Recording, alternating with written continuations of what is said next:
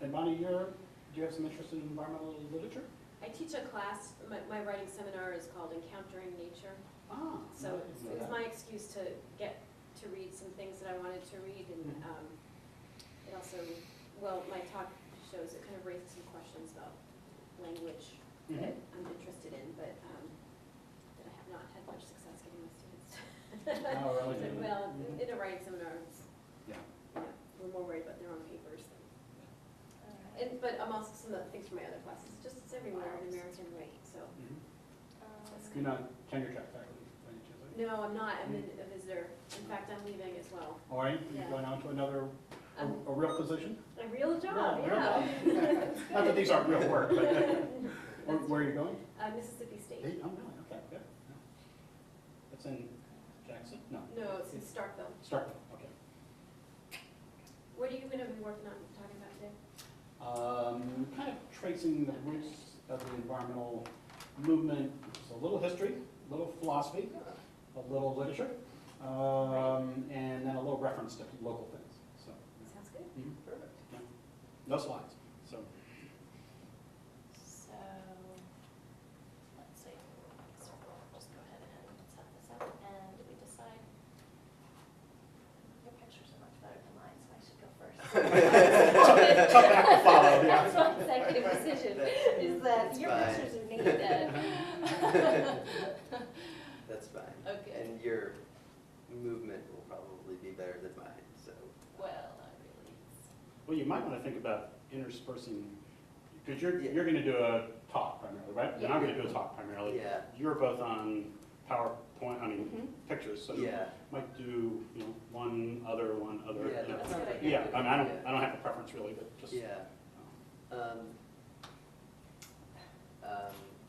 Let's see, should we do, maybe start with one of the two of you and then turn to Emily? Want to do and rock, then paper, Leora? scissors?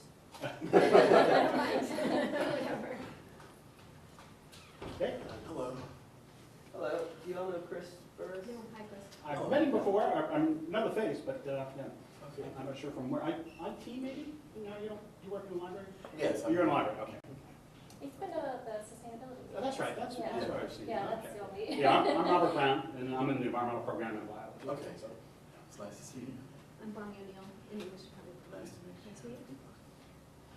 Now, I was going to do the introduction for you all. How did you want me to? introduce us. Or We are the introduce four greatest thinkers.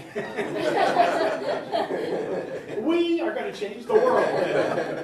There will be no more global warming. That's right. After today. That's right.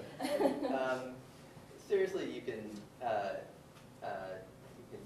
say whatever you think. If you want to say that we'll be talking about 4 different themes of celebrating nature, Because we can do that. I went back and printed a copy of your email yesterday, so I can mention all of your themes about what each of you will be talking about. Okay, that'd be great. And Chris, when you introduce them, just make sure you're standing in front of the podium. Okay. It's like hereabouts. Yeah, that'd be good, Okay. so we don't cut you off. Oh, yeah. And we're just deciding on the order. Does one of you have a? No, my themes will be more general. Yours more on literature. Doesn't it? You want to go first? Well, I'm going to allude to a little philosophy, a little history, a little literature, so, Yeah, okay. Okay, sounds All right. good. so it'll be Bob, and we'll be Bonnie, Okay. and then afterwards, I figured. we could see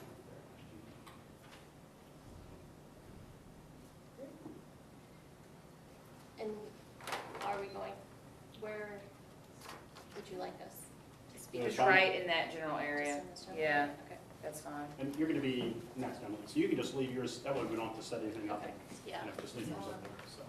There, so.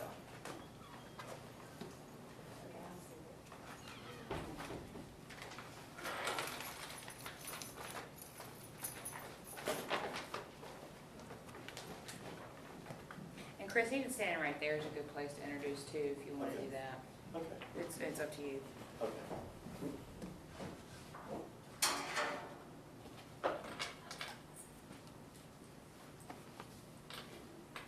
So you both will be leaving shortly after school? That was what was in Yeah. mind. Yeah. Yours is Oh, still Everyone you as well? Just heading out? Banana. It was in my. Wakefield. Exactly. Yes, very good. Thank Better you. than most of my department. Yeah, it's a soft day. Okay, thank you. I have all sorts of fun phonetics medals that I do for the students. Get it right. Doesn't matter. It was actually, I don't know, last night or 2 nights ago, it was kind of late, I was typing up, I think that email was to Chris, and I wrote Emily Wakefield. I wonder You know, if that there's happens, but it was just Wakefield- sort of like, I knew that. There's a that Wakefield in was your sports, name. right? Yeah, yeah. My fingers. Yeah, there are a lot, and it just doesn't, and that's usually like telemarketers or whatnot, that's the first thing they'll say, and I'll be like, sure. Easy enough, that's fine. But yeah, no, I changed my name when I got married about 6 years ago, and before it was Mid-Aw, which is not a common name. So hyphenating Mid-Aw Wakefield was like unfathomable, but I've been amazed how it's much more difficult Wakefield to say than Mid-Aw. Though we do have a Mid-Aw in Is that really? Ken Mid-Aw is the associate dean of the Babcock School. Maybe it's Catholic, I think it's Babcock. How's he spell it? Middaughh. Oh, yeah, that was it. Really? You're probably related, you know? Probably. He's a nice guy. I didn't know him well, but That's going. actually there's a guy who does a lot of work with the environmental program from I'll Oxford. be back He in about an hour. knows him quite well. too. So we had dinner with him, yeah, Okay. yeah, he and his wife, so, Oh, that's really interesting. yeah. Well, my dad would be fascinated Yeah. to learn that. Every time we traveled when we were young, my dad would pull out the phone book. Oh, you oh, know, really? all And the look for time. Mid-Aw? Look, because there were always a couple. Sounds Germanic to me. Right? It is. It is, yeah. Yeah, Mhm. yeah, yeah. Wakefield's Danish. Danish. Yeah, Well, and there's same. never any. Yeah, no, no, no. If it is a Wakefield, I'm sure I'm related. Mhm. Mhm. Huh, that's really interesting. But not genetically. No. My chosen Hey, how are you association. doing? I don't know why, I thought you were already off to grad school, but I guess, or July 2nd, huh? And you end up at Dartmouth? Yeah. Oh, wow. Excellent. Huh. Well, that'll be exciting, and be home, I mean, relatively close to, because you're from Woodstock area, right? Yeah. Oh, yeah, that's a, you can hike over, you can hike on the Appalachian Trail and go right around. Yeah. My mom actually works in Hanover, so. Oh, does she? I Oh. can see her every Yeah, day. yeah. Well, that's Good. maybe good. Maybe not. She But can you make don't me have to see her every day. That's all. Exactly. Great. Yeah. I remembered the guy I was on the panel with. He was in the politics department. His name's Jack Corbett. I sent him an email. He's a very nice guy. I think he's been there for 15 or 20 years. I thought that was- So, but he does lots of the, archaeology. So you ride on the conservation. Exactly. Yeah, it's ride on. But I thought that was a little too soft, so. I mean, you heard me talking about that. I do. I'm going to Mexico for a while, for about a month, to do some fall research and stuff. I just have to write. Come back here and spend most of July, just run through all the stuff. See if he's very excited. Same university, I know. I know very few. Right there on the agenda, and then here we are in April. A little. Yeah. Still not finished. So yeah, I'm looking forward to that actually. Discussions. You're not a Faulkner. No, Expert, no, but they're the Faulkner, he also lives in the country. He's there, he's about to retire. You would think so. He's kind of bounced around a bit. Yeah, it should be. The Mexico part would be quite a bit of traveling. Where Just do to you- make sense that I wish I would have followed up on when I was living there, but now it's, so we just gotta go do it. I'll be in Mexico City and then a couple state parks that aren't far from Mexico City. So I usually fly. And then there are a couple communities that are set in the parks that I stay in. And I need to see how people are organized. So I tried to do that before to get in. It's worth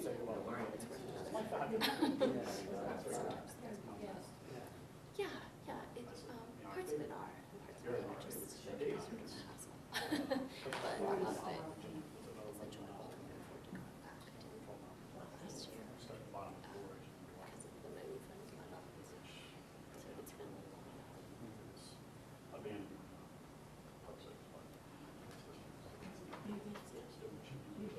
That's it. Fairly gentle, nice, all the way on the edge. You know, I'm see you grab somebody more attractive. So. Just a few more moments. Okay. You and I, I've been planning a few. I'm going to this one, too. I'm definitely a jungle type.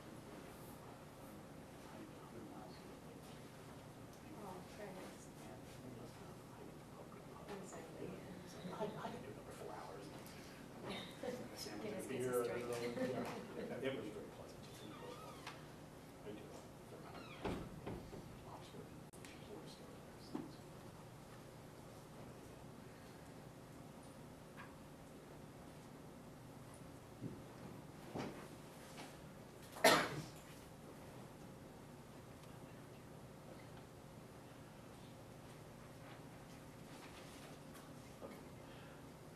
Well, we'll just go ahead and get started. Good afternoon, everyone. I'd like to welcome you to the library on this Earth Day. I'm Christian Burris, and I'd like to introduce our program to you today with the theme of celebrating nature. And I'd like to introduce each of our participants today, Dr. Robert Brown, who will be talking about celebrating nature through preservation, Dr. Emily Wakefield, who will be discussing celebrating nature through movement, Dr. Bonnie Carr O'Neill, who will be talking about celebrating nature through literature, and Dr. Avram Hiller, who will be discussing celebrating nature through photography. So without further ado, I will let the program commence. So thank you all.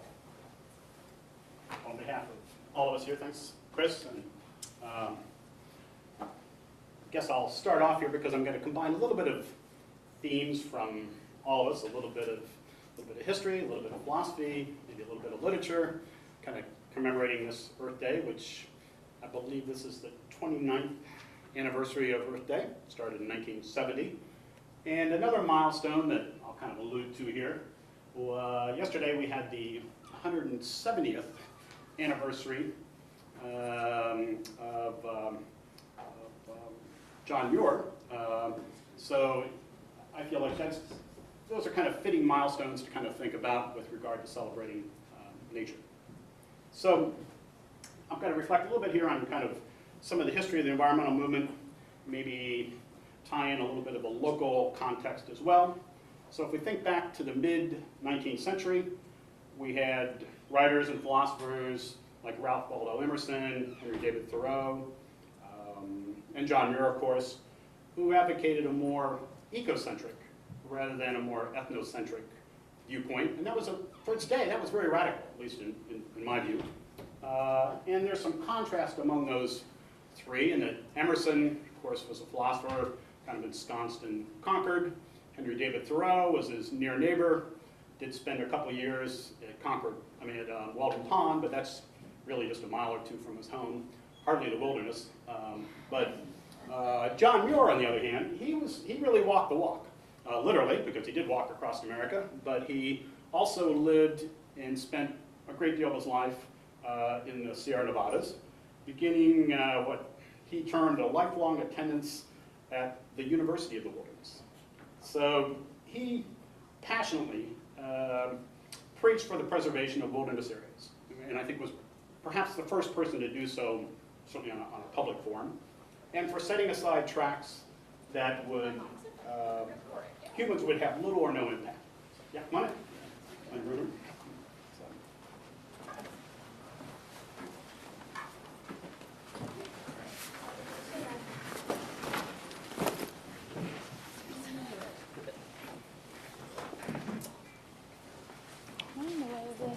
Okay.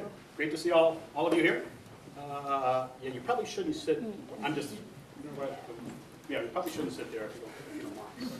Okay, so I was just we have 4 speakers today, and I was just kind of reflecting a little bit on kind of the beginning of the environmental movement, starting with Thoreau and Emerson and John Muir.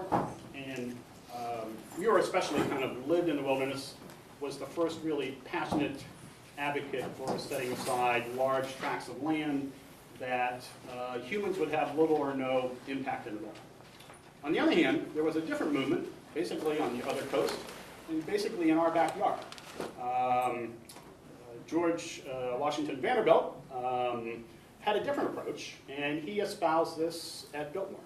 So he bought up, he's a very wealthy heir, he bought up thousands of acres of land that had been badly timbered, badly farmed, and wanted to restore, and wanted to utilize it as well. So he hired a Swiss forester, Gifford Pinchot, who in turn established the first forestry school in the U.S. In fact, if you're near Brevard, you can visit the site that's there. Maybe some of you have. I see a few people nodding. The log cabins that they built there are now gone, but it was the first forestry school. And Pinchot subsequently served as chief of the U.S. Forest Service, the first chief, and in conjunction with President Theodore Roosevelt, established a program to restore the forest. It was really the beginning of the National Forest Program in the East with the Weeks Act.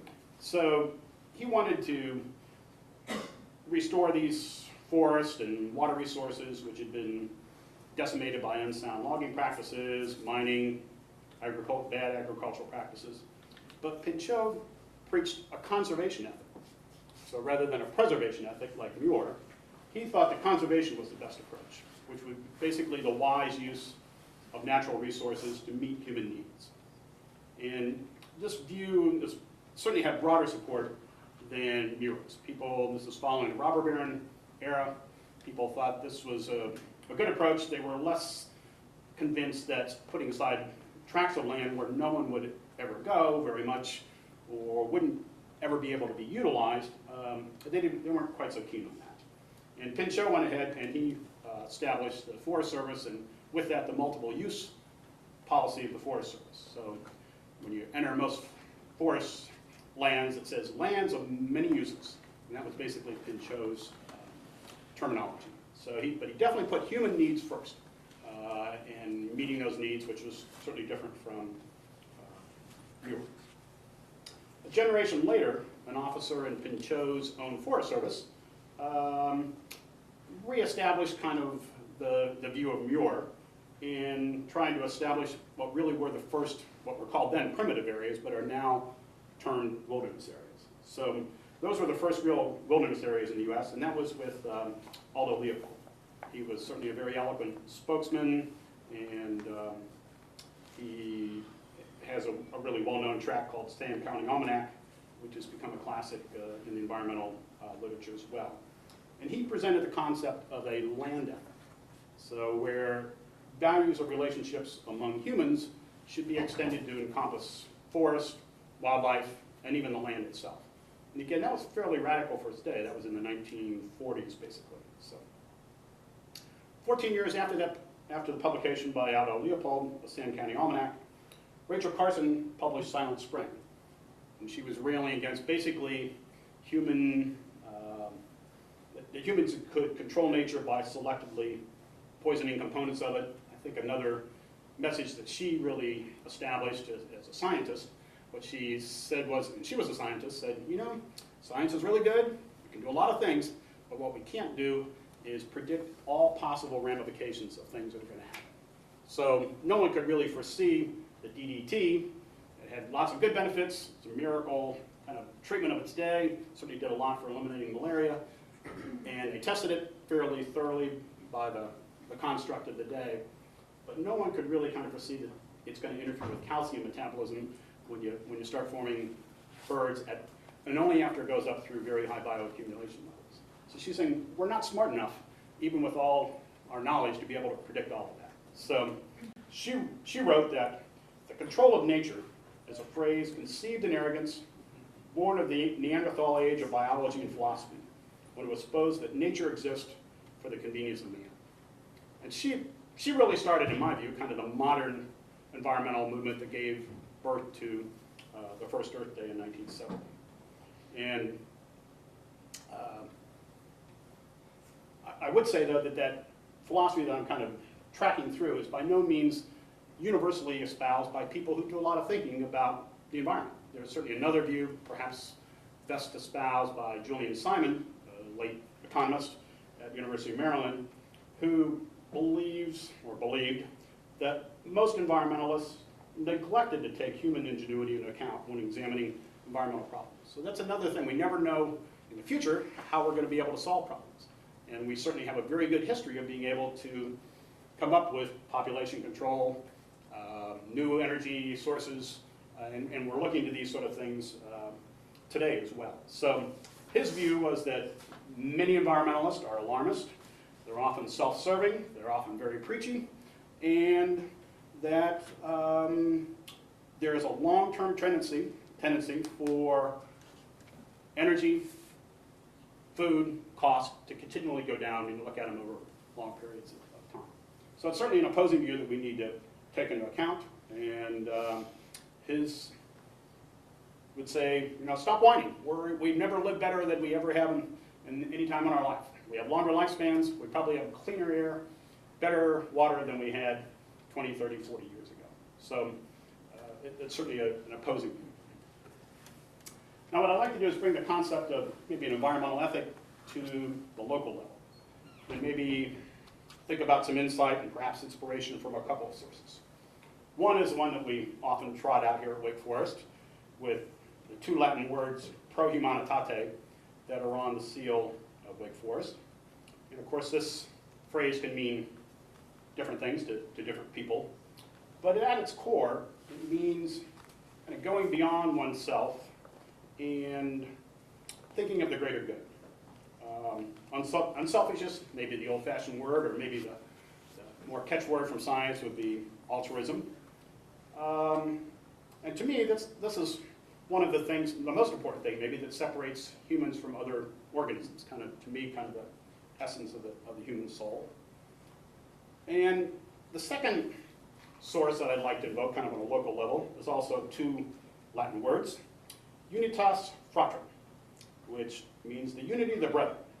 This is the formal name for the Moravians, who are familiar to us, if for no other reason because of the local love feast in Old Salem.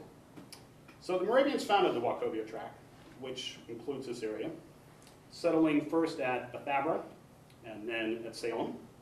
And the Unitas Fratrum, in my mind, were practitioners par excellence and far ahead of their time in both pro humanitate and environmentalism. They submerged the self for the common good. They believed in community, land, food, goods, virtually everything they had was held in common. They believed in well as helping their fellow non-Moravian settlers who, like us, like me, who were called strangers. Okay? They were excellent stewards of what they believed God had provided or loaned them. Unlike many other settlers that were then in the frontier, Daniel Boone grew up on the Little Yadkin, then moved up to two places in the Upper Yadkin, and then moved on, again, and again, not really planting any roots anywhere, not really thinking of maybe some of the environmental implications, because there was always a new frontier to move on to. But the Moravians, they were in it for the long haul. They put down roots that have now been in place for 250 years. They kept excellent records in their heavy Germanic script that was extremely hard to translate. We know how they tended their crops, tended the land, used resources frugally, wasted little, and thought about future, what future generations were going to inherit. And again, this was, to me, quite radical for its day. And Winston-Salem and at Wake Forest, I like to think that those interests in the environment are following in the steps of these, our geographic forefathers, the Moravians, emulating and maybe continuing their stewardship of the land and natural resources, keeping in mind the legacy that we hope to pass on to future generations. That legacy would, of course, ideally include clean water, clean air, forests and fields, high biodiversity, no global climate change. We're just kind of wishing for the world here, and that's probably, just like Moravians, it's probably not going to be achieved to perfection by any means. So, kind of my own view of the status of our current environment as a mixed one. And again, maybe we can look to the early Moravians for some insight. And to me, this is more kind of my biological roots, but in the 1760s, the Moravians decided to take an inventory of the Wachau Tract, which includes most of Forsyth County, certainly our campus. This was totally radical for its day. It was a biological inventory. They wanted to say what species are out there. They hired a professional surveyor, also Moravian, Christian Reuter, and he spent 2 years tracking everything within the Wachau Tract. And this was perhaps the best biological survey of any area to the date. Even now, we barely do this. I'm involved in the all-taxa biological inventory of the Great Smoky Mountains. That's really going to be, the goal is to have the first area that we know every species there, and all these scientists, many of them volunteers, are going there to try to track what it is. So that's 250 years later. So we're just starting to inventory some of our most prominent or threatened habitats, and they did it 200 plus years ago. One of the projects in the environmental program is to take Reuters inventory and then compare it to what is present today in Forsyth County. So you'd probably be surprised to learn from Reuters that there were bison here. Okay? There were bison. We were on the eastern edge of the bison range. They were a subspecies related to the Great Plains bison, but they were in here in fairly large numbers. If you go up to the Blue Ridge Parkway, you can often go by places like Buffalo Lick or Buffalo Wallow. That's reflecting accurately that there were buffalo in this area. Similarly, you could probably drive up to Banner Elk or Elkin, and that's reflecting the fact that there were elk in this area. Bears and wolves were common here, although the Moravians certainly had much less fear of them than they did the panther or the mountain lion, because they knew that was the one animal that could kill them without warning. So they weren't very afraid of wolves at all, but they were afraid of mountain lions. So these large mammals disappeared shortly before or after the Moravians settled. The causes were primarily overhunting or habitat destruction, the same principal causes of loss of biodiversity in modern times. And to some degree, that's kind of discouraging. Certainly when we think of Forsyth County, it's very unlikely that we're going to have bears, bison, or wolves here, although I own a piece of land in Sartown Mountain, and that's only 20 miles north of here, and there are bears there. But wolves, mountain lions, probably unlikely. Similarly, shortly after the Moravians came, well, 50 or so years after the Moravians came, river otters, beavers were soon eliminated.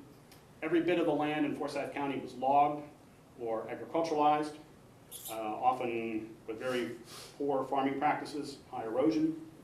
So a century ago, most of North Carolina, and indeed most of eastern North America, had a ratio of 20% forest land and 80% farmland. So we suffered from severe floods. Many of our waterways were polluted. Industrial waste, raw sewage. The city of Winston-Salem until 1960 dumped its raw sewage right into the Yadkin. And the air certainly carried the sulfuric smell of burning coal. But on the other hand, if we compare that 1760s inventory to today, there are some optimistic parts of it as well. Okay, wolves and cougars probably won't reoccur here, but red wolves have been successfully introduced to the eastern part of North Carolina. Elk have been introduced and are pretty common. I do a lot of work in the Smokies. See them almost every time I go to the Smokies. So the eastern elk are back there and are doing fine. If we think of other components of this, we've had some replacements. Coyotes have moved in, taken the wolves' place. You can see them even occasionally on campus if you get up real early in the morning. Similarly, white-tailed deer, which we now consider pests, were virtually eliminated from western North Carolina. There wasn't a single white-tailed deer in Forsyth County in 1910. And now, you know, they're all over. We actually have a little resident herd that lives in the creek that's between here and Renolda Village. And similarly, if you look down, next time you walk over that path to the Renolda Village, look off to your left and you'll see a beaver dam. Beavers moved in here about 2 years ago, were gone for a little while, but now they're back again, and they're flooding some of that area up in there. So much of our biodiversity has come back. one of the most remarkable things to me was that Reuter was basically a forester, and they were very interested in the forest resources. So he did a lot of work on trees. But every single tree species that Reuter recorded, there were 94 of them, every one of those is still present in Forsyth County, despite total agriculturalization and forest changes in the county. And that 20/80 ratio between between forest land and cropland has now reversed not only for North Carolina, but also for the eastern United States. So eastern United States and North Carolina is now approximately 20% agricultural land and 80% forest land. We're arguably the only major area in the world where reforestation is occurring faster than deforestation. So there's kind of a half full, half empty type of thing. So I would just conclude by kind of restating Leopold's message encapsulated in that single sentence from Sand County Almanac. The land ethic certainly enlarges the boundaries of the community to include soils, waters, plants, and animals, or collectively what he termed the land. So the environment is an area where those two words in the Wake Forest Seal, pro humanitate, are applicable, and we need to look beyond the individual and think of the common good for stewardship and our responsibilities to future generations, as exemplified by our geographical forefathers here, the Unitas Country. Okay, thank you.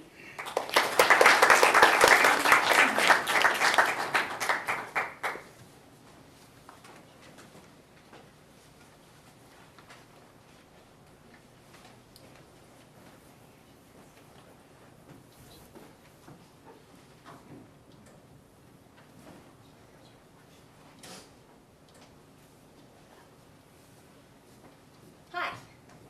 Thank you all for being here. I appreciate just the immensity of this audience. And my talk is really rather simple.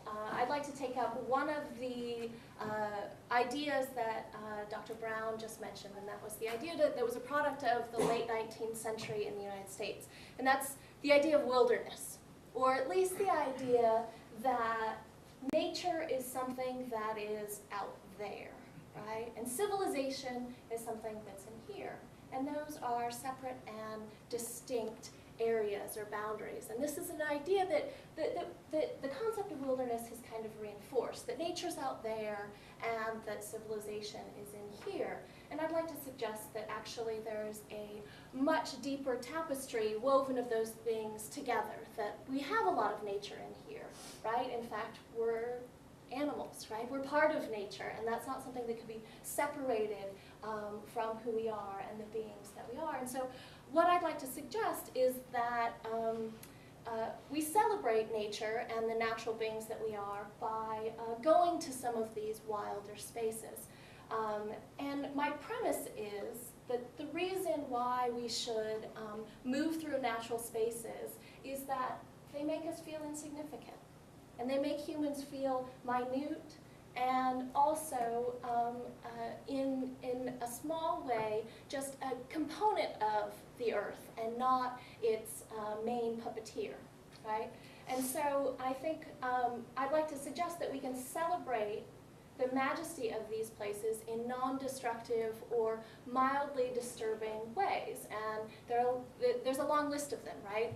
Hiking and biking and climbing, birding or stargazing or gardening or snowshoeing or any number of activities that actually use the physicality of ourselves to move through these natural spaces. And in fact, I think we should do this more often, not less often, and that these activities can be seen as a celebration of the earth and of our own health, right? Feeling the clean mountain air in our lungs, or breathing it in and feeling our veins pump with the physical exertion of hiking, right? And I think that an exhaustive hike is in many ways humbling, both in our person and more broadly, and that it should be humbling. In fact, a personal experience in nature using our bodies is part of the masterfulness of nature and the earth, and I think it can help us feel part of that earth and not a destroyer and a culprit in the destruction of it. And I don't want to psychoanalyze this too much, but I'm a historian, and so I would like to point to the fact that we're in a particularly unique historical moment, right? We're at a point in US history where these activities that I mentioned are largely commonplace, right? How many of you in this room have gone hiking? Okay, yeah, almost everyone, right? It's something, even if you haven't done it yourself, you know what I'm talking about, right? There are a few words in Spanish for hiking, right? This is a particular culture, part of US culture, and we need to recognize that in part, this activity is a result of where we are economically, and it's largely a product of safety, right? Hiking is a privilege of feeling somewhat vulnerable in what, in other words, is a very controlled environment. And there's not a lot of real risk involved, like there might have been hiking through Mexico in the year 1500, right? So we're at a particularly interesting historical moment. And even within industrialized, developed societies, there are particular parts of these societies that engage in these activities, right? You rarely find a group of firefighters or loggers or fishermen or even farm workers that in their spare time choose to go out and physically exert themselves climbing a mountain, right? And instead we see the need. They seek other forms of relaxation. But in other areas, in other social groups, teachers, lawyers, doctors, bankers, we see great numbers of people seeking challenges, right? And in part, the numbers and the rise in hikers and climbers is a comment on changing relationships of leisure and having more time and more money to be able to do these things. And in part, they're also a response to the need to have a challenge in an otherwise very comfortable world, or to put yourself through some sort of uncomfortableness, right? Because your life is so comfortable. And they're also very clearly a response to the need to competitive needs, right? To be the first First Nation up Everest, or the first person to climb even Mount Mitchell or Machu Picchu, or even in groups where this seems impossible, right? In the past decade, there have been a slew of the first blind person to climb Everest, the first double amputee to climb Everest, right? So the more and more dramatic the story. And so I ask why? Why move? Why nature? Why do this? And I'd like to give you a few examples from places that I know well, and suggest a few things that I think actually moving through nature gives us, in spite of these caveats, in spite of these sort of more moralistic dilemmas about them. And the first one is, I think that moving through nature gives us perspective, right? And it gives us perspective, a new and comparative perspective, and lets us look at the world in different ways. And often the most compelling examples of the natural world are places that exist where we don't expect them. This is Mexico City, not far from the archive where I do most of my research. And Mexico City, it's an understatement to say there's already movement in Mexico City, right? 18, 20 million people, bustling with every movement possible. But right outside this capital, we have less than 40 miles. We have a national park that was created in 1935. It's an enormous national park that protects the 5th and 7th highest peaks in North America. Both mountains have glaciers on them that have been there for thousands of years. And this photo is taken from the foothills of one of the volcanoes, looking at the sunrise on the other one. And it's an almost unspeakable place of natural beauty, close to one place that is a prototypical environmental stain, right, for its current state. So by moving, by seeing these places, we can find contrasts that are very inspirational. So perspective is one thing that we get. We also get scale. And by moving through nature, we get an appreciation for scale that we might not get sitting in a classroom, right? In part, physical movements provide insight into the scale of the earth, and I don't know of a better place to do this than the Grand Canyon, right? The size one size doesn't fit all cases, and we can drift through the canyon, right? We can move on foot, we can take a donkey ride, we can move on a raft through the Grand Canyon, and all of that can give us this perspective, but hardly a glimpse into the scale of geologic time that it took the wind and the water to carve out this canyon, right? So here we are, minute and insignificant again. And this highlights the scale of the world and the grandness of the earth beyond and in spite of human impacts, right? And also tells us that there are other living things that persist in places that seem impossible, and where we see dearth, there is often life. And finally, third, I think that moving through nature, we also get a sense of possibility. And it's easy to see in nature how we can live with very little, right? Or that there are so few things that we desperately need. And there's nothing like a backpacking trip to remind you of the possibility of being able to live with so little, right? Acting like a turtle and moving around with everything you need on your back for 3 days or 5 days or 12 days, whatever it might be, without a shower or other amenities, electricity, anything like that. And there are all sorts of nice ways that we can make it more comfortable. But the idea, the possibility that comes with abandoning everything and carrying what you need on your back, I think is very, very freeing.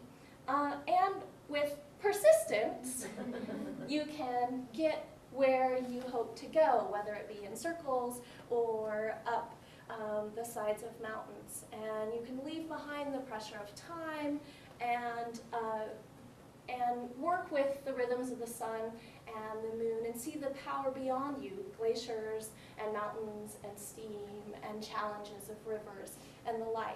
And so I'm not advocating that we fly all over the world and find nature in the places where it's been hidden from civilization, right? But actually, I think we should think about the impact of that and the footprint of going somewhere to do something. And there are too many humans for all of us to seek solitude in what's left, right? We wouldn't all fit in Alaska, right? Even though that's the last wilderness, as it's called. But one reason for the wilderness movement was the idea that the wilderness, the wild, still is out there, whether or not we visit it. Just knowing that it's there is comforting. And actually, I think, in fact, the best world would be one similar to the one that Dr. Brown suggested, where the nature we looked at was the nature that's closest to us. And there wasn't this vast desire or competition to go somewhere exotic and be the first to do something, but that, in fact, we would aspire to find nature nowhere but where we are. And all we wanted and all we needed was here in our backyard. And so we could curiously think about a full circle, uniting nature and civilization together. And there are a few places where this is the case, or where it could be the case. The Grand Canyon is not one of them, right? But North Carolina can be one, or it could be one. And some of the best potential and the best possibilities for intertwining the two come from right where we are. Thank you.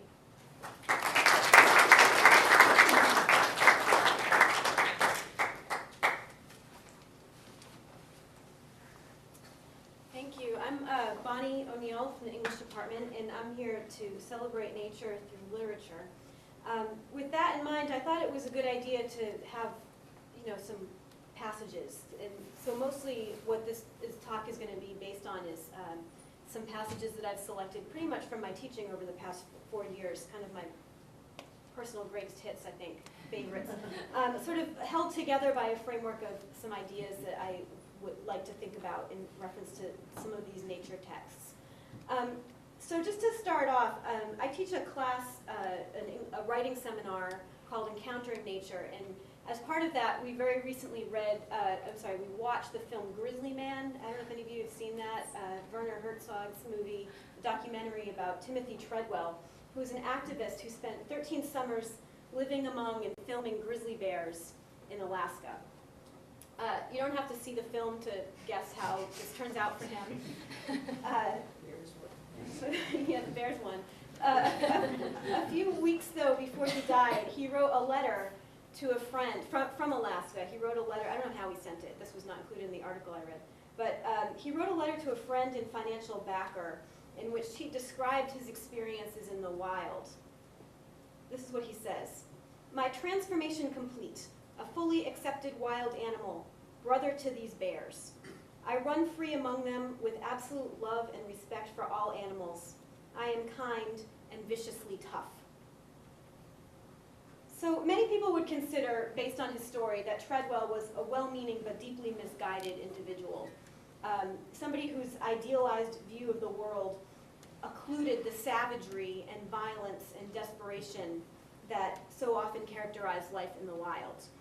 In addition to that, I think that letter that I just read, or that part of the letter, raises some other questions that I want to think about in the next few minutes, and that's a problem of writing, a problem of language.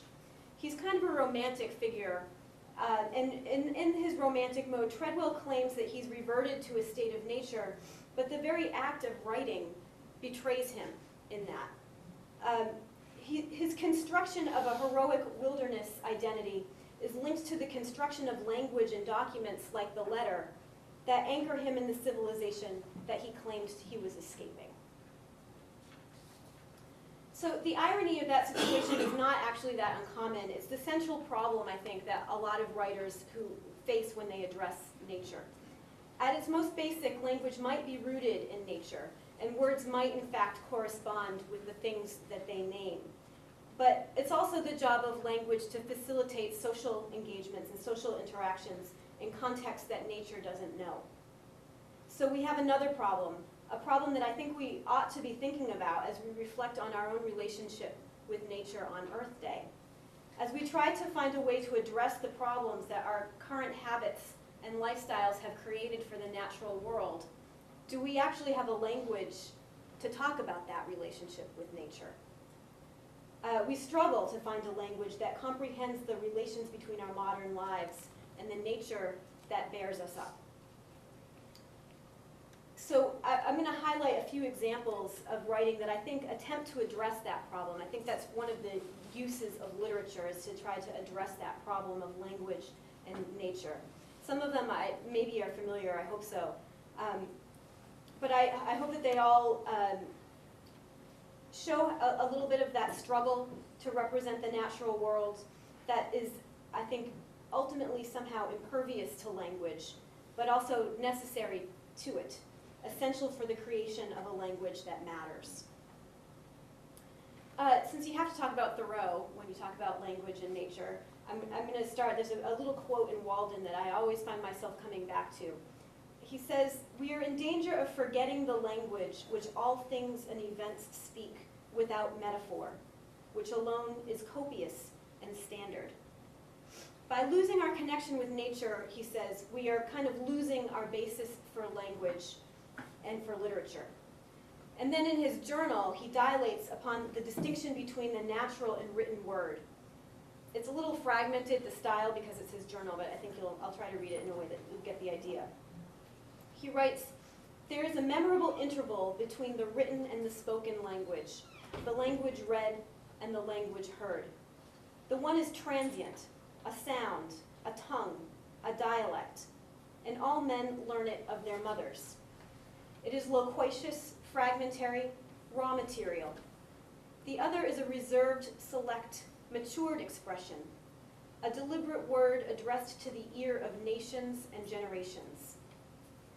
The cloud flits here below, genial, refreshing with their showers, and gratifying with their tints, alternate sun and shade. A grosser heaven adapted to our trivial wants. But above them repose the blue firmament and the stars, The stars are written words and stereotyped on the blue parchment of the skies.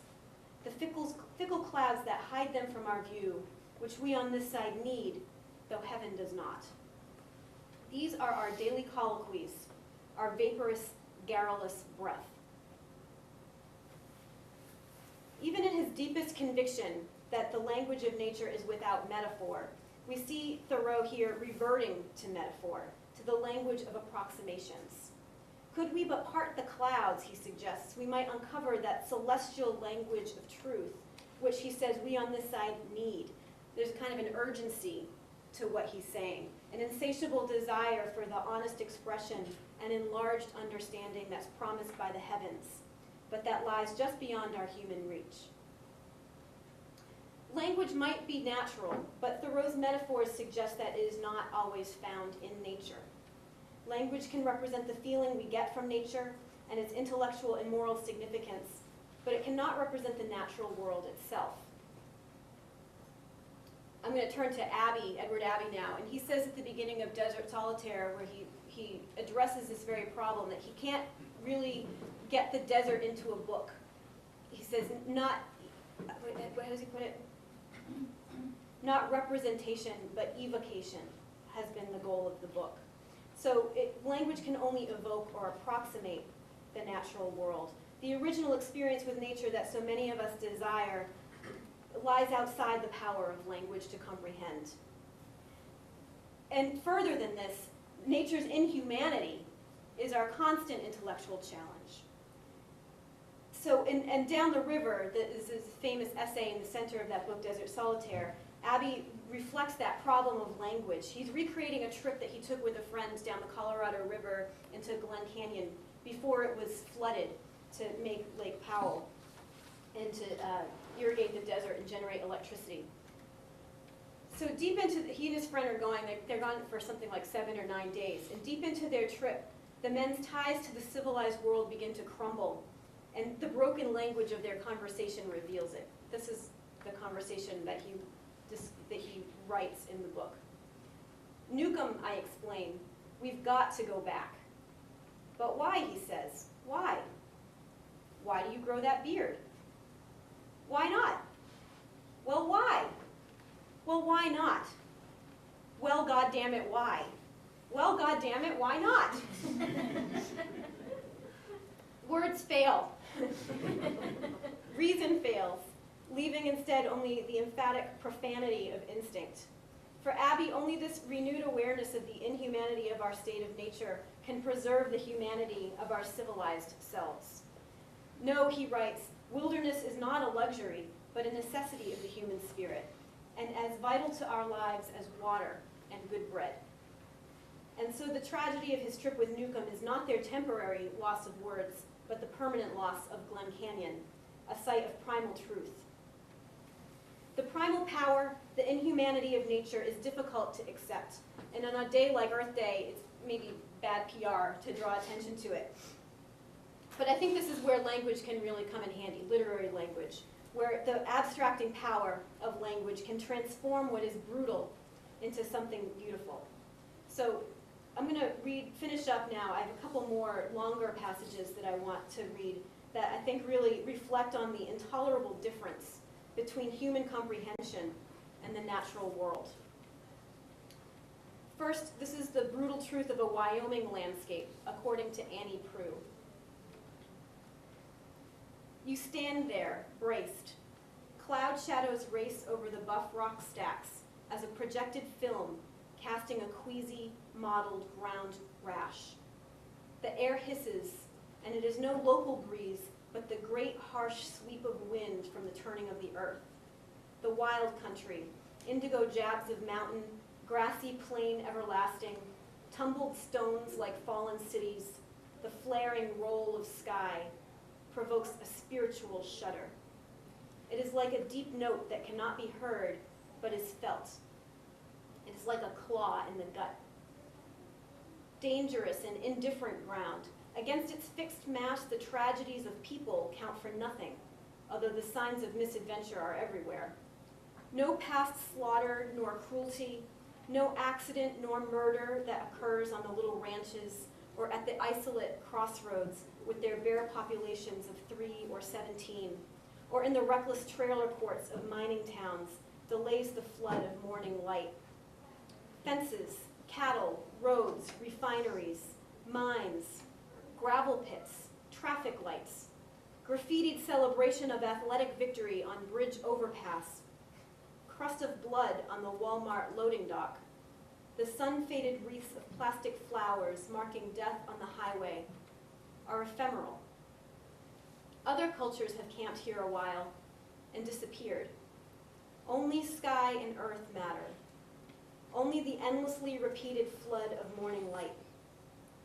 You begin to see that God does not owe us much beyond that. There's a freedom in such recognition, is there not? And even for Prue, I think, a call to gratitude. Earth's imperviousness to our human lives, its indifference to our pride and anger, and even our need, is a relief, because it means that suffering is as amoral as our pleasure. Where our need counts for little, we can give it up to the certainty of the elemental sky and earth. If we want language without metaphor, I think Prue comes as close as we may find. But metaphor also has its place. And my final passage comes from Norman Maclean's great novella, A River Runs Through It. Some of you may know. In this excerpt, the narrator has been fishing in the heat, very close to a dead beaver, whose corruption draws flies and makes for good fishing. But a fisherman can only take so much of such conditions, and he sits down on a rock a short distance away. And in his moment of repose, the narrator considers the ways to know the river, the slanting, meandering, metaphorical path to knowledge that the river both requires and makes possible. I sat there in the hot afternoon trying to forget the beaver and trying to think of the beer. Trying to forget the beaver, I also tried to forget my brother-in-law, an old rawhide. I knew I was going to have a long time to sit here and forget, because my brother would never quit with 3 or 4 fish, as I had, and even he was going to have a hard time getting more. I sat there and forgot, until what remained was the river, and that was the river that went by, and I who watched. On the river, the heat mirages danced with each other, and then they danced through each other, and then they joined hands and danced around each other.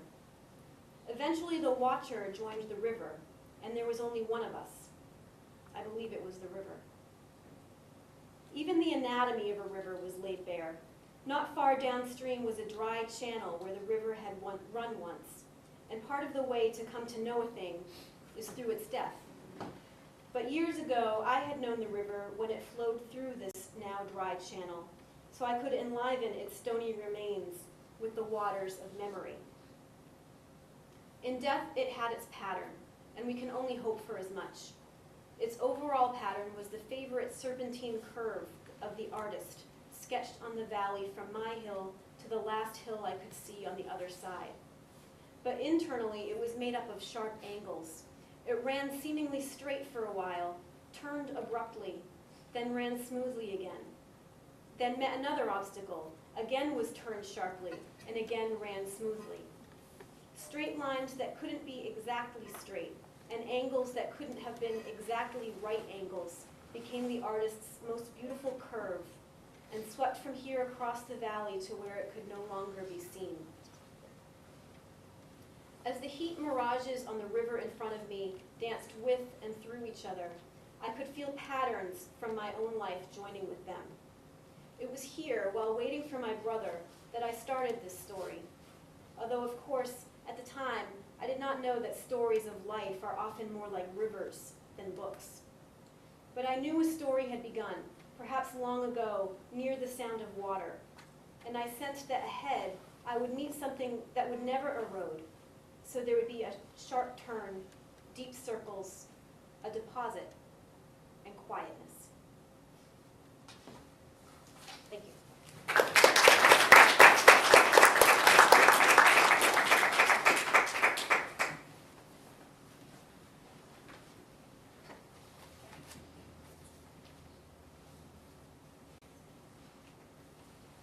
All right, thank you all for coming here, and thanks to Chris for hosting, and to the other speakers. Just so you know, I think I'll probably speak for about 15 minutes, and then we can open the floor for questions to all the speakers for a few minutes after that. So what I'd like to do is celebrate nature through photography. Actually, just one reflection, thinking about Bonnie just presented.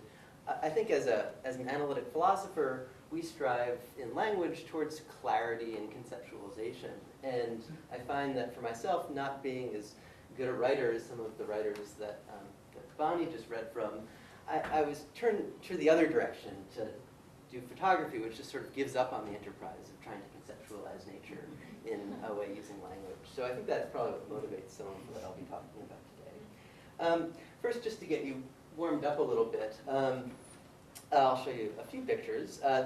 And most of the pictures that you'll see today are pictures that I took. You'll know when they're from other photographers. This is in Colorado, near Mount Hope. This is also Colorado. This is by the Gunnison River, the Black Canyon. This is from a neighbor's backyard in Florida. This is in Stokes County, near a cabin where I lived a couple years ago on a very foggy morning. And this, hopefully you all recognize, is Pilot Mountain. And this is a rose in Granola Gardens. And this was after a rain. I didn't spray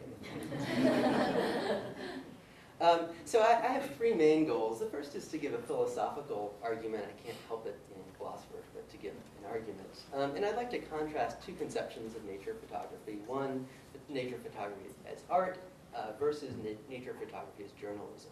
And I'd like to actually argue in favor of the second conception, in favor of journalism. The second thing I'd like to do is celebrate nature through photography.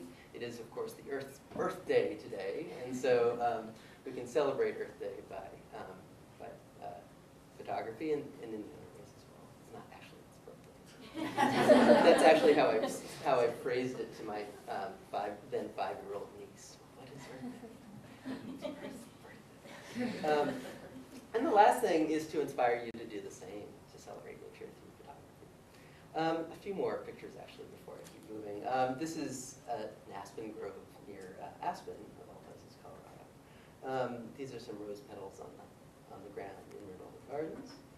This is actually that same foggy morning in Stokes County. And this is by Rocky Mountain National Park in Colorado. And this is near Roan Mountain. There are a bunch of balds along the North Carolina-Tennessee border. Okay, so as I said, there are two conceptions of nature photography, and the predominant conception is nature photography as a fine art. And the conception that I'd like to argue in favor of, which is nature photography as journalism.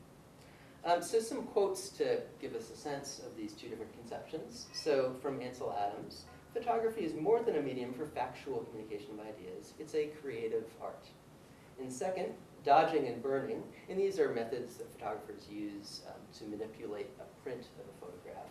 Dodging and burning are steps to take care of mistakes God made in establishing tonal relationships. And this is a very famous and wonderful photo by Adams. I think there's probably some burning sort of to darken the bottom left of the photo. I'm not sure. But it's a wonderful photo here in Tetons in the Snake River. And here, a couple more quotes. This is from Galen Rowell, who's a famous philosopher, famous photographer, recently deceased, unfortunately. So here's what Rowell says: one of the biggest mistakes a photographer can make is to look at the real world and cling to the vain hope that next time his film will somehow bear a closer resemblance to it. If we limit our vision to the real world, we will forever be fighting on the minus side of things, working only to make our photographs equal to what we see out there, but no better. And then further, we want not only to see an image, but also to have a sense of the special human vision behind it. If the substance overwhelms the vision, we call the result banal or unimaginative. So later I'll actually have a plea for banal, unimaginative photographs, because I think substance is good. And then from John Zarkowski, who for many years was the photography curator at MoMA in New York, he says, and I really like this quote, Surely the principal reason why so many great photographs have been made with large cameras is that the equipment is heavy and thus discourages the photographer from confusing photography with hiking. And so actually, I will actually try to get you to confuse photography with hiking. Just a couple pictures, and here I'm sort of being unfair to Galen Roll, who took this picture by choosing a couple of his not best photos, but I think gets the point across. Also, the resolution isn't all that great.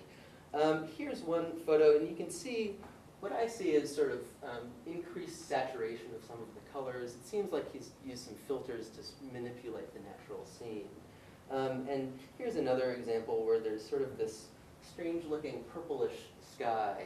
I think these are both nice photographs, but as I'll say later, I think there are some troubles with them. So we can ask, well, what makes for good art? And first of all, art is a human creation. If we find a nice piece of driftwood, it might be beautiful, but it's not art, unless someone puts it in a museum, but then that's an act of artistic creation in so doing. Images can be manipulated, and fine art photography improves upon what is seen in nature, and that's what you see in the quotes from Adams and Roll. Also, nature photography as fine art may have abstract titles, like you can see this as being titled Morning Inspiration or something like that. And also, good art requires talent and effort, and not just anyone can do it.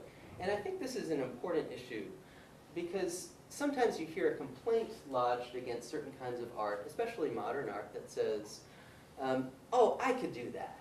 And when someone says that, they really mean to put down the piece of art. I'm not sure if it's actually a good complaint to lodge against some contemporary art, but if you look at Mondrian or even some Warhol, some people can say, oh yeah, I could do that. And in so saying, they put it down. And I think this creates a real challenge for the photographer, because anyone can just take out their camera and do that. And so this pressures people, I think, like Roll and Adams, to really go beyond what ordinary people can do with a camera. And I think this is what leads a lot of fine art photographers to do the kinds of manipulations that they do. Okay, there aren't too many quotes to bring out the conception of nature photography as journalism, but I'll have a couple. One from one of my favorite photographers, David Munch. So he says, the camera is the critical and important medium in recording fleeting glimpses of a landscape filled with natural rhythms, contrasts, and mysteries. The camera keeps a faithful record. And from Adams, there's also a nice quote. I'm not sure if this is in the spirit of journalism, but I put it up there anyway. Some photographers take reality and impose the domination of their own thought and spirit. Others come before reality more tenderly, and a photograph to them is an instrument of love and revelation. And then this nice thought from Munch, as quoted by Anne Swinger. Munch once said, when I asked him if he envisioned an audience for whom he photographed, he said, the coyote, eagle, raven, bee. Just a couple photographs from Munch. This is, I think, the Grand Canyon here, and you'll notice, I think, more natural use of light, more natural coloring, and interesting composition. And this picture is actually fairly representative of Munch's photographs. What you see is some nice, interesting feature in the foreground, and then a sweeping vista in the background. And I think what Munch especially does very nicely is that he gives you a sense of place where you're standing when you're in nature, but he also gives you sort of a sight of the broader world. And I find when I'm out in nature, it sort of feels that way. I can sort of, you have to take watch about your next step, but at the same time, you keep your head up as well. Okay, so what makes for good journalism? And the thoughts are, it requires honesty and openness, and a keen perceptual awareness of the world, an appreciation for and understanding of the world, and more descriptive titles. So, so this was actually the Grand Tetons as well, and I think Munch, whenever he titles something, he'll just tell you where it is that he's photographing. And there are always more stories to tell, and sometimes when you talk to an artist about their art, they'll be very sort of close to the hip, and they won't really reveal very much about the process that led to their art, because the artwork should sort of speak for itself.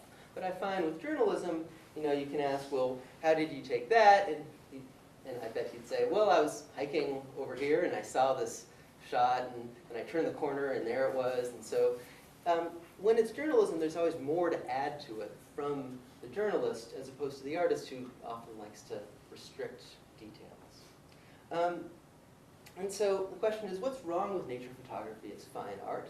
And so one concern is that it can be deceptive or even fraudulent if you're putting something up as if it's real when you've really manipulated it. And sometimes I've looked at photographs and then I've gotten to that very spot. It didn't look anything like it. And so it's somewhat disappointing when that happens. It's also hubristic to think that humans can improve upon nature. And also by demanding that nature be improved upon, it detracts from a simple appreciation of authentic natural beauty. It places the photographer within the photograph, and sometimes when I see Roel's pictures, I can kind of see him fiddling with the filters to get it to look just right. But when I see a picture like this, I'm just like I'm there. And I think that's the contrast that I find between some of, for example, Roel's pictures and Monk's. And maybe to sum up the complaints, it could be considered to be like plastic surgery's effort to perfect the human body, when you really don't need to do that. We can just appreciate the human body as it is. And so we need banal, unimaginative photographs because nature is astonishing and beautiful in itself, and we need to preserve as much of the natural world as it is. And photography can be like docu-wandering. That's actually how I refer to the stuff that I do. And most of the pictures that you'll see of mine were taken on this camera. It's a 3-megapixel Olympus from 2003 that fits in my hiking pants pocket. So you can do it too. Now I'll show you some pictures, and I'll say a little bit about them, but go through them kind of quickly. This is also in that same area by Mount Hope in Colorado. This is by Twin Lakes, Colorado. This is in Aspen Grove, also in that same area. The first ones will all be from this area in Colorado. This is by Maroon Bells, also near Aspen. And this too is Maroon Bells. And that's the same area. This is Maroon Bells, but looking the other way. Everybody takes the picture towards the main Maroon Bells, but this is the look in the other direction. This is my homage to David Monk. Try to get something up close, but also get a vista sort of in the back left corner of the image. This is near the Spanish Peaks, also in Colorado. This is another effort to try to emulate Monk by the Spanish Peaks. This is where I set up a campsite one night near Bear Lake in Colorado. And these are the Great Sand Dunes in Colorado. And now we go to Rocky Mountain National Park. This too is Rocky Mountain National Park. And these are by the wet mountains in Colorado.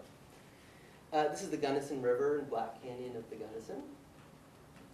And this is the same, those are the Elk Mountains in the background. This is a Pawnee Butte in northeastern Colorado. And now these are the Badlands in South Dakota. This is sort of evening dusk in South Dakota.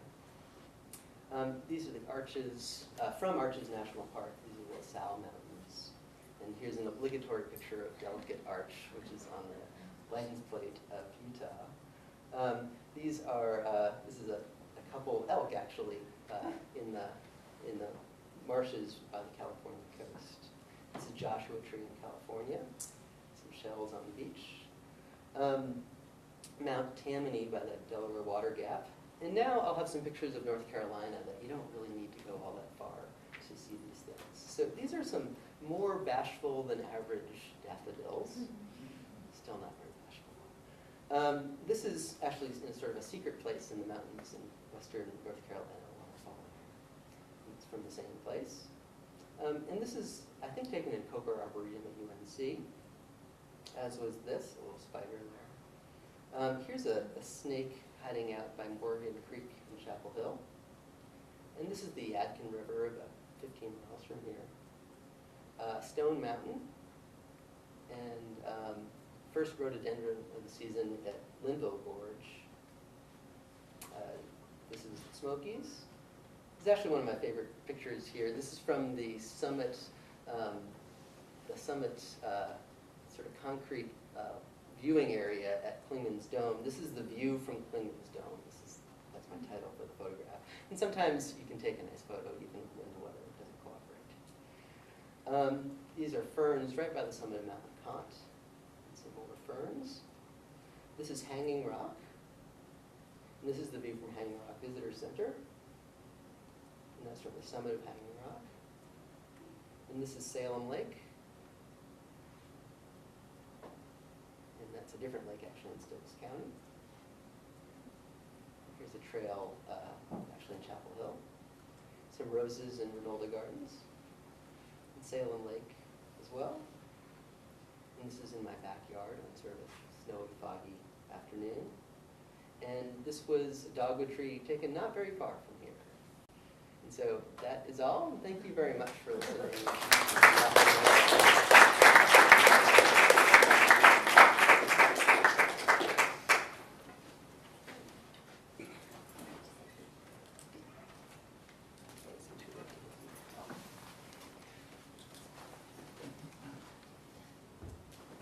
So, yeah, any questions?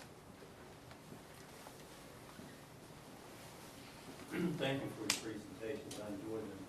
They're very, very good. In doing your photography, I was thinking about artists who take pictures, you know, and then they do oil paintings from the photograph. And that just crossed my mind. I have sort of ambiguous feelings about that. How do you feel about that?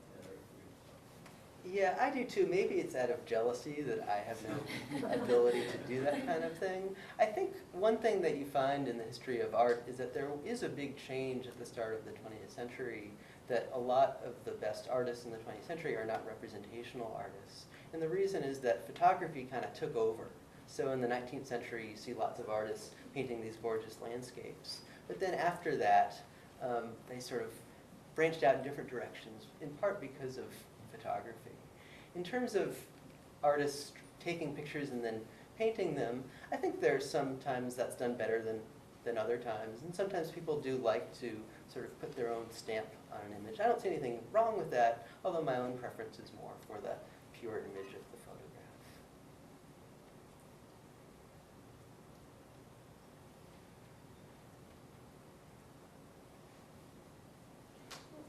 One thing that I was struck by in the selection of images that you had was the degree to which they represented pre-existing tropes. So it seems that on the one hand, you want to have a more authentic document of nature, have a kind of natural record. Although I'm not sure what you mean by authentic, and I'm not really sure what you mean by record. But to take, for example, the picture you had of the fog, right? That fog is not mysterious and romantic in and of itself. It becomes a 19th century convention in painting, right? So to that extent, it reminds me a little bit of what Bonnie was saying, is that the minute you pick up a pen or a camera, you're in the field of language. And particularly, I think, with camera, because we're so, you know, we have such a broad exposure to images and their vernacular and that idiom. So it's really maybe a little harder to see the tropes that you're working out because we've so sort of absorbed them. But I wanted to kind of make that connection a little bit, that as soon as you make an effort to see something through whatever lens you bring to that something, you're in that realm of metaphor, of culture. Yeah, I do worry actually sort of bringing in this piece of technology into the wilderness and then being, oftentimes when I'm out for a hike, I'll be like scouting out photos as opposed to just sort of trying to go for a nice pleasant walk. So I do try my best in some ways to get beyond that. I don't think it's possible for the reasons that you expressed to fully get beyond that, but I do at least make an effort to do the kinds of things that at least Emily was trying to express, I think. And maybe also sometimes with fog, it might actually be in itself mysterious. But it's impossible to say because we've had such long Yeah. kind of exposure, and Yeah. it's a long-standing kind of acceptance that it is romantic and mysterious. Yeah.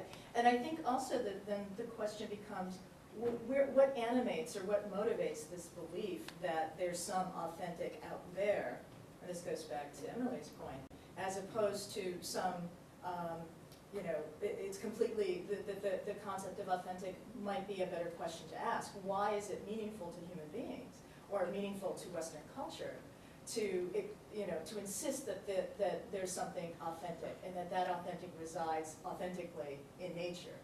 I still wonder, just to kind of go back to some of these other points, if that struck you as you're putting your talk together, if that's a question that you examine maybe in the classroom or, Yeah, that's really interesting, and I do think a lot about that, and I don't know if this will be satisfying to you as an answer, but one of the things that I try to learn from being out in nature is also part of what Emily had said, which is that it really is sort of bigger than us all, and that we're sort of tiny and humble in it, which isn't to say that we can fully get beyond human convention in anything that we do, but I think one of the lessons, at least that I get from being outdoors, is that the human can at least be small in some respects.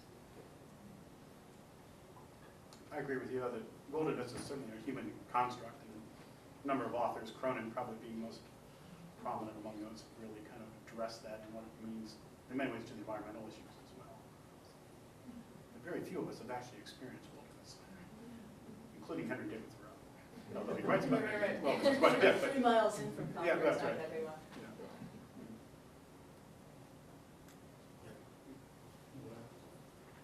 This is a meandering question, but in relationship, in English, and you teach it, and the whole describing of nature and so forth. When does language destroy the realism of it? For example, I like Charles Bukowski in poetry, which reflects, I'm sure, part of my blue-collar background, Hillary Clinton notwithstanding. But where is it, because I was upstairs reading Irish poets, and then they start weaving these things, and I love some of it, and then it's like Yeats, you say Yeats or Yates, William Butler? Yates. I like, I will arise and go down, so I can understand that poem, and then other poems, I can't understand because they lose their rawness and their realness. You know what I'm saying? I do. And so you're asking where does Well, does yeah, that split and start I to know- happen? I haven't been a veteran of English, professors, no offense, I haven't taught English. Where does it become just so superficial, the language, that it takes the meaning out of it, in nature or with students, I wish I could map it. I mean, I think that's kind of that's the big question is when do you, because language takes on a life of its own, and a lot of poetry is interested in exploring the medium in relation to this subject. Right. And I guess it's going to, the answer to that question is going to vary depending on the artist as well, and how he or she is positioning their work relative to their subject. So I'm not sure that you can get ever really a satisfactory answer to those questions. The examples that I gave here, I think, are, well, as I said, I think that they're kind of exploring that as well. That how much do you have to pare it back right? to get closer to the actual object, in the case of Prue, and still find some kind of meaning in it that's not imposed from without. So I don't know. I think it's something that it varies so much depending on the circumstance of the artist. I don't know if that's a satisfactory answer. No, that's very, thanks for allowing me to ask a question. That's good. Okay, well, on behalf of the library, again, I'd like to thank all of you for coming. I'd like to thank all of our speakers for their presentation. Please give them another hand.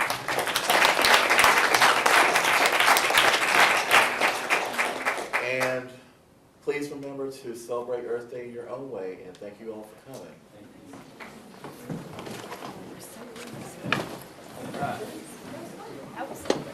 Please help yourself to snackables on your way out if you like.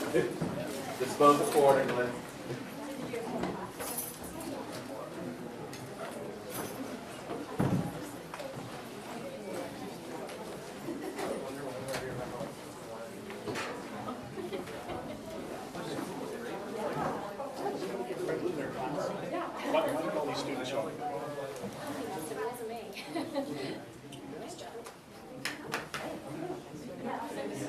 So I'm kind of wondering. Yeah, I like the selections that. Amazing. Yeah.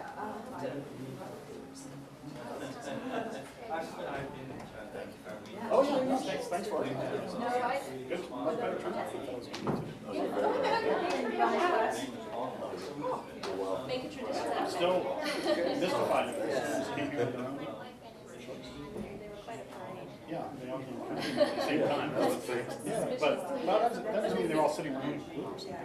But no, that's good. Professor did that. Okay. Nice pictures, those are great. So you lived in Stark County for a while? Where'd you live? I lived, it was sort of a long story. Across Bakery Ford Road, near, it's about 7 miles from Holland Cove. Oh, okay, so the eastern side, yeah. That's right. And it was just this little cabin Yeah. that my mom and a friend of mine. Thank you so much.